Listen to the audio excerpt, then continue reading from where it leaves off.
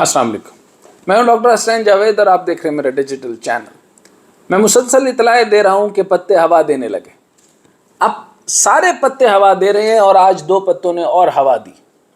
उन दो पत्तों के जो है दोनों की हवा की वजह से जो दोनों उखड़े हैं और टूट कर गिरे हैं, लेकिन टूट कर गिरने का थोड़ा थोड़ा फ़र्क है। और वो थोड़ा थोड़ा फ़र्क क्या है कि एक ने जो है वो पार्टी से इस्तीफ़ा दिया और ओहदे भी छोड़े, यानी फवाद चौधरी। ऑफ कोर्स नाअहल आदमी थे, चले गए, जाहिर सी बात है, जिस तरह से भागे आपके सामने है। दूसरी बात जो है वो आज जिसका मैं इंतज़ार ही कर रहा था, ये होना ही था, लेकिन इन्होंने बड़े अजीब तरीके से जो है वो मामला किए हैं। वो ये कि सेक्रेटरी जनरल जो असद उमर साहब हैं, असद उमर साहब के बारे में एक दो बातें मैं बताकर फिर आगे बात शुरू करता हूँ और उनकी गुफ्तगू के ऊपर भी आता हूँ कि उनके अंदर से मुझे कुछ अजीब बातें जो है वो स्मेल हो रही हैं, और इस तरीके से आप समझ लें कि कुछ ताने बाने कहीं और जुड़ते नज़र आ रहे हैं। वो ये कि एक तो उनके बारे में कहा था कि ही स्टॉल दैट सॉल, फिर आप लोगों ने, बहुत सारे पीटीआई के वर्कर्स ने, पीटीआई के लोगों ने उनके बारे में जो है ना वो बहुत ज़्यादा क्लेम कर दिया था। यानी आप ओवर एस्टिमेटेड थे, बहुत ओवर एस्टिमेट कर रखा था आपने, और उस ओवर एस्टिमेशन का नुकसान ये हुआ कि 8 महीने के लिए आपने उनको नज़रिया बना दिया था। कप्तान को भी पता चल गया होगा कि कितना नालायक किस्म का सेक्रेटरी जनरल रखा था। 8 महीने उसने IMF लेट किया, और उसके बाद जो है वो, जब खान साहब जो है वो ज़ेर हिरासत थे, तो उसके बाद वो पार्टी को भी नहीं चला सके। अच्छा, जब वो पार्टी नहीं चला सके तो अब जो अब उन्होंने बयान दिया, उन्होंने ओहदा छोड़ रहा हूं लेकिन पार्टी नहीं छोड़ रहा। अब ये सारी गेम यहां पर फोकस आपने करनी है, पार्टी ना छोड़ने पर। अच्छा, अब मैं वो वाकयात आपके सामने सुनाता हूं कि वो जो उन्होंने प्रेस कॉन्फ्रेंस में कहे कि 10 मई को मेरी गिरफ्तारी हुई, तब से कैद तन्हाई में था। 9 मई को जो वाकयात हुए इसकी मजम्मत तमाम लोग कर चुके। अच्छा, मजम्मत हो रही थी, इससे पहले ये सारे मामला हो रहे थे या ट्रेंड हो रहे थे या फ़ौज के ख़िलाफ़ मुसलसल आप बातें कर रहे थे, तब तक आप चलते रहे। आपको लगता था कोई बहुत बड़ा इंकलाब आ जाएगा, आपको लगता था कि ये पाकिस्तान लावारिस है, और आप ही जो है वो नालायक तौर पे होते हुए सेक्रेटरी जनरल के बाद दोबारा से वज़ीर ख़जाना होंगे और डिप्टी प्राइम मिनिस्टर होंगे। लेकिन इनके ख्वाब अब बढ़ चुके हैं।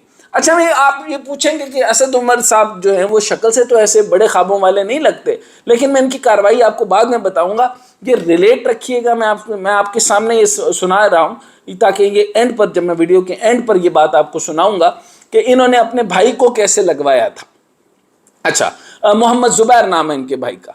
अच्छा, तो ये मैं किससे लगवाया था, कैसे ये तेज़ आदमी है, कैसे ये पावर हंगर है, ये मैं आपको सारा समझाता हूँ। फिर उन्होंने बात, इंपॉर्टेंट जो बात की, उन्होंने कहा कि 9 मई को जो वाक़यात देखने को मिले वो काबिल मज़म्मत हैं, और 9 मई के वाक़यात पर शफाफ तहकीकात हों जिसमें कौम को एतबार हो। ज़िम्मेदारान इनके ख़िलाफ़ भरपूर तरीके से कार्रवाई होनी चाहिए और बेगुनाह अफराद को जल्द से जल्द रिहा किया जाए।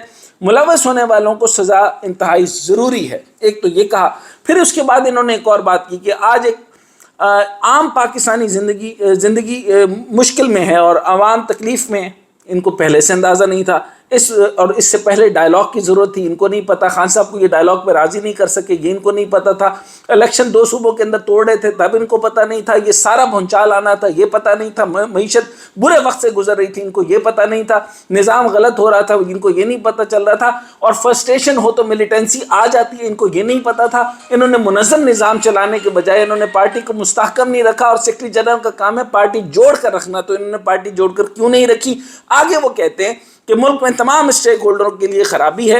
1971 के बाद आज पाकिस्तान के लिए ख़तरनाक सूरत हाल है। चीफ जस्टिस ने बार बार दोहराया कि सियासी मसाइल का हल मुज़ाकरात से निकाला, तो क्यों नहीं समझाया भाई। पाकिस्तान के मौजूदा हालात पर दोस्त ममालिक को भी फ़िक्र है, और दोस्त ममालिक भी कह रहे हैं कि मुज़ाकरात से मसाइल हल होंगे। वक्त है कि सियासी मुज़ाकरात के ज़रिए मसाइल का हल निकाला जाए। 9 मई के बाद मेरे लिए मुमकिन नहीं कि क़यादत की जिम्मेदारियां संभाल सकूं। सेक्रेटरी जनरल और कोर कमेटी की रुकनीत से मुस्ताफ़ी हो रहा हूं। ये ऐसी ही बात है कि मैं आपके पास मुलाजमत करता हूं और आपको कहूं कि आपसे मेरा दरीना ताल्लुकात रहें, और मैं आपसे ताल्लुकात रखूंगा, मेरा आपका ताल्लुक कायम रहेगा, और रात को मैं आपके पास कभी कभी आ जाया करूँगा, लेकिन आप जो है वो मैं आपके साथ काम नहीं करूँगा। या इसी तरीके से समझ लें कि मैं किसी ज़बरदस्त महाज के ऊपर हूँ और मैं आपसे कहूँ कि मेरा ताल्लुक तो रहेगा, लेकिन मैं अब आपका मुश्किल वक्त में साथ ही नहीं हूँ। तो ये इसका मतलब ये हुआ कि ये एक दफ़ा और खान साहब को बेवकूफ़ बना रहे हैं, कौम को बेवकूफ़ बना रहे हैं।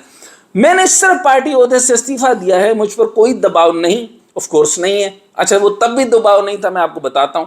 اپنی مرضی سے عہدہ چھوڑا. اب میں آپ کو وہ قصہ سنا کر آپ کو اسد عمر صاحب کا چٹا کٹا سناتا ہوں. 2004 کو یہ تھے, اور یہ پی ٹی آئی کے اندر, کیونکہ ان کو brain of P T I کہا جاتا تھا, میں نے کہا تھا اوور اسٹیمیٹڈ ہے.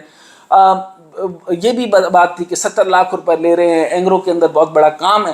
تو یہ کسی کام سے لندن میں تھے, اور انہوں نے کہا کہ شہباز شریف آیا ہوا ہے اور یہ بڑے برے حالات میں ہیں, سیاسی آزمائش میں ہیں, اور یہ کام کمزور جب وقت ہو تو اسی وقت ہیڈ کر دینا چاہیے, تو تم ایک کام کرو. انہوں نے کہا تم کدھر ہو؟ انہوں نے کہا میں بھی ادھر ہی آیا ہوں. محمد زبیر جو بعد میں گورنر بنتے ہیں. اچھا انہوں نے کہا میں شہباز شریف کے ساتھ میٹنگ فکس کرا رہا ہوں, اور اس کے بعد تم آ جاؤ. جب انہوں نے ملاقات کی اور اس کے بعد شہباز شریف سے ملاقات کی, تو ادھر سے یہ سمجھ لیں کہ پھر انہوں نے کیا کیا کہ محمد زبیر کو ادھر دے دیا, اور خود پارٹی کا, کیونکہ ان کو مستقبل پتہ تھا, ان کو پتہ تھا کہ میں نے ایک نالائق وزیر خزانہ بنا ہے جس نے جو پاکستان, جو پی ٹی آئی کا برین تھا. خان صاحب یہ ہیں آپ کے برین, یہ ہیں آپ کے نظریات. انہوں نے ان کو کہا کہ میں ادھر رہتا ہوں. اب اندازہ کریں کہ خاندانوں میں تینوں بھائیوں نے کمال کا جو ہے وہ ناٹک کھیلا, اور ناٹک یہ تھا کہ تم ادھر کے گورنر بن جاؤ, میں ادھر کا وزیر خزانہ بن جاؤں گا. ٹی وی پہ بیٹھ کے کہیں گے تم بے وقوف, ادھر کہیں گے میں بے وقوف. گھر میں عید شب براتیں تو ایک ہی ہوں گی, اور گھر میں آنا تو ایک ہی طرف سے ہے نا. تو یہ تھے اسد عمر, یہ ہے ان کا طریقہ کار, یہ ہیں ان کی چلاکیاں. آپ لوگ نہیں سمجھ رہے یہ جو ایلیٹسٹ اسٹیٹ ہے, پاکستان از دا ایلیٹسٹ اسٹیٹ, ان کے چکر بازیاں آپ نہیں سمجھ رہے. اب یہ چاہتے ہی ہیں کہ اس ٹائم پر یہ تحریک انصاف کے مائنس عمران خان کے بعد یہ شاہ محمود کو ہلا لیں اور پرویز الہی کو ہلا لیں, کیونکہ وہ دونوں اس معاملات میں ہیں. اور یہ چاہتے ہیں کہ پی ٹی آئی کا ایک معزز نان وائلنٹ چہرہ بن کے سامنے آ جائیں, اور خان صاحب کے وعدہ معاف گواہ بن کر کے یہ پی ٹی آئی کو لیڈ کریں. یا دوسری صورت میں یہ کہہ سکتے ہیں کہ خان صاحب کو ذرا آپ تھم جائیں اور میں ذرا پارٹی چلا لیتا ہوں. دونوں دھوکے یہ دے سکتے ہیں. اور کیونکہ آپ کو پتہ ہے کہ اس ٹائم پر 70% سے زیادہ جو مقبولیت ہے وہ تو خان صاحب کی اور جیسی تیسی بھی ہے. اور یہ سارے معاملات کے بعد کیا ہو رہا ہے اور کیسے ہو رہا ہے, یہ ایک دفعہ پھر اگر جو بھی ان کو سیٹل کرنے والے ہیں, اور جو بھی ان کی بات سننے والے ہیں, اور جو بھی پارٹی ان کو جگہ دے گی, یا یہی پارٹی جگہ لے گی, تو یاد رکھیں یہ انتشار ہوگا. خان نہیں ہے تو پی ٹی آئی نہیں ہونی چاہیے. اگر آپ دوبارہ سے اسی طریقے سے ٹوٹے پھوٹے لوگ بنائیں گے, تو آپ نے دیکھا نہیں ہے کہ ایک وہ جو ملیٹنٹ الطاف حسین تھا, جس کو صرف اور صرف ہماری پاک آرمی نے اس سے صفایا کروایا, اس سے فارغ کروانے کے بعد وہ جو بچے کھچے تھے وہ ایک پورا کا پورا پاکستان لے کر آ گیا تھا, ایک مصطفیٰ کمال بن گیا تھا. باقی دوبارہ ایک دوسرے سے ناراض ہوئے, پھر جڑ گئے. لیکن آج کیا ہیں 2 یا 3 سیٹیں, تو پھر یہ 2 یا 3 سیٹیں آپ بھی کھیل کے دیکھ لیں.